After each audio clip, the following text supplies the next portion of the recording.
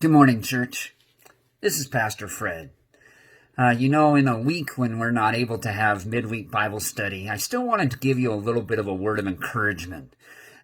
We still have modern technology, and some of you will be impressed that I'm actually trying to learn how to use it, even though I have to use Pastor Ted's smartphone, because my dumb phone doesn't do this. I'm trying. I'm trying to be drugged, kicking and screaming into the 21st century. It took a pandemic to get me there, but we're working on it. But anyways, the word of encouragement I wanted to give you, I was actually sharing this with my young adult Bible study not too long ago, and I asked them the question that I want to ask you. Are you scared of thunderstorms? When your windows are rattling and the lightning's just flashing, does it make you nervous?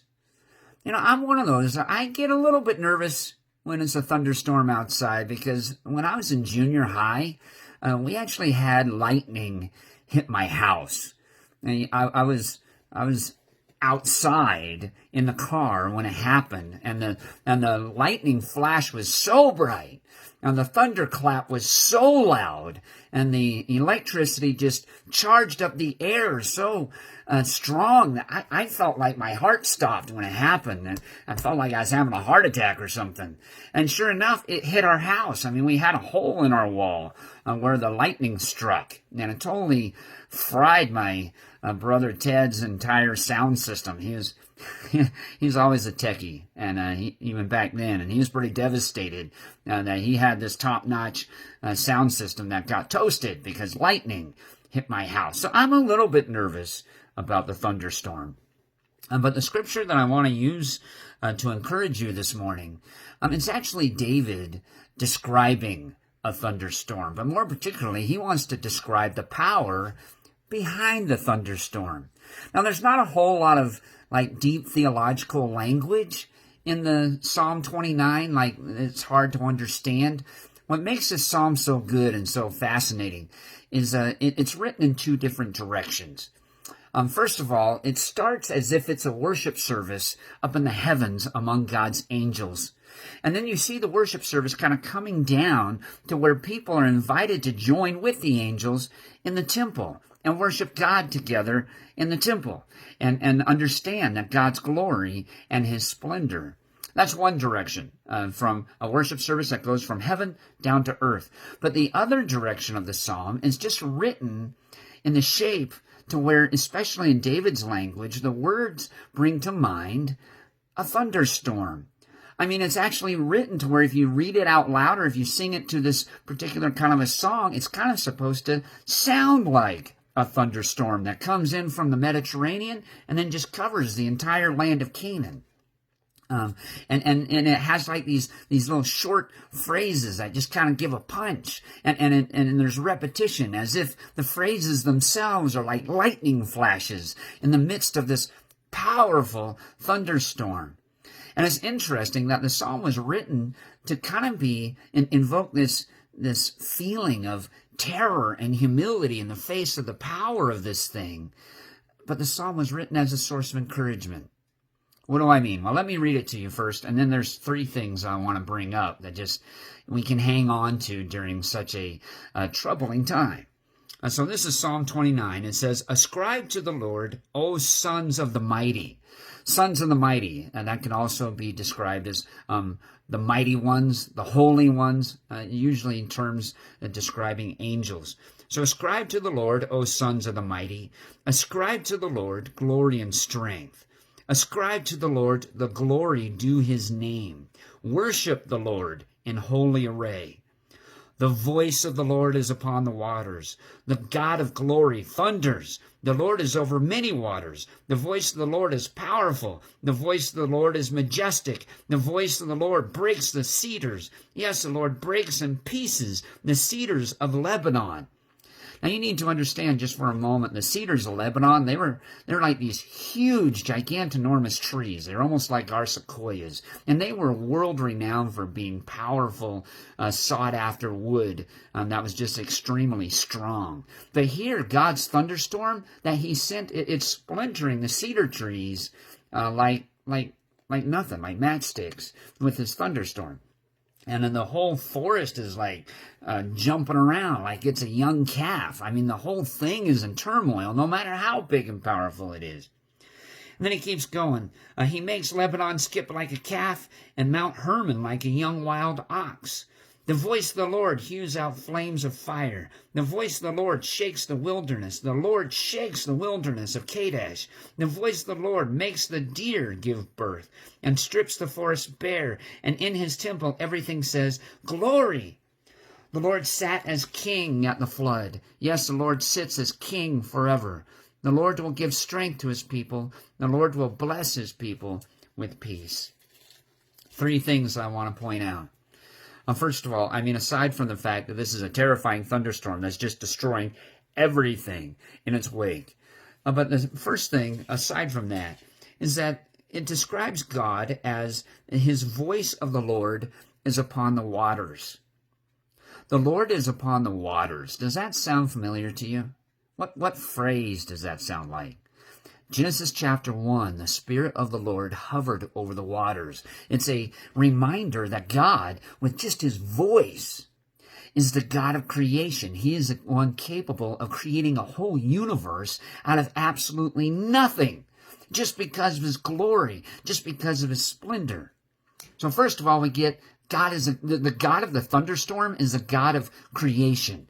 But then after the description of this huge, terrifying thunderstorm with all the lightning and the destruction, it ends with the Lord sat as king at the flood. The flood. What flood? Well, there's only one major flood that I know of in the Bible. That's Noah's flood. It was a picture of God's wrath and anger and judgment. I mean, he's a very patient God, but even he reaches his limit to where he's like, I am so tired of your guys' idolatry. I'm so tired of your witchcraft. I'm tired of your violence. I'm tired of your sexual immorality. I'm done.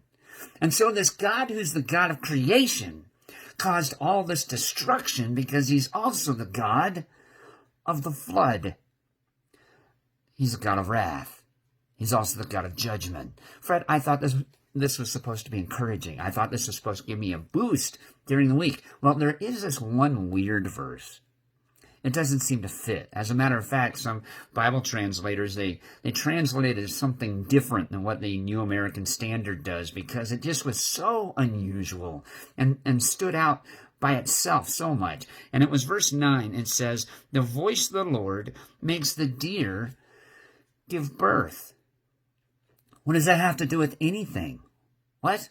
The voice of the Lord makes the deer to give birth? I thought we were talking about a thunderstorm. I thought we were looking at God as a God of creation and the God of wrath. Why do I care about Bambi all of a sudden? Well, here's where we get encouraged. Yes, your God, if you are a believer, just with his voice, he is the God of creation, capable of creating everything out of nothing. But he's also the God of judgment. He's a God of wrath. He's a God that when people keep pushing his level of patience, he's capable of bringing absolutely everything to a stop, to a standstill, to where even mountains are shaking in their shoes. But right in the middle of that, he can also have, through his voice, a deer give birth. He's the God of life. You know, a while ago, Mount St. Helens erupted, and it fascinated everybody, for those of us that were paying attention. First of all, its destruction was complete. I mean, it destroyed so much vegetation. It destroyed so many animals for like miles around that scientists and environmentalists, they were saying, you know, it's going to take decades. It's going to take maybe even centuries for Mount St. Helens for the ecosystem to come back. But here's what fascinated everybody. Within a year, vegetation was already growing through this poisoned soil and coming back. In the next year, they noticed that some of the elk population, the female elk, they were doing something weird. They all started giving birth to twins. So that in no time, the elk population was rivaling what it was before. And they all of a sudden had enough vegetation to eat in this place that had been completely destroyed. What are we seeing? We are seeing that the God of creation, who's also the God of judgment and wrath, is a God of life, that he's capable of bringing back life in the midst of complete destruction. Here's what I want to say to encourage you. For some people, this COVID-19 thing, it is a thunderstorm.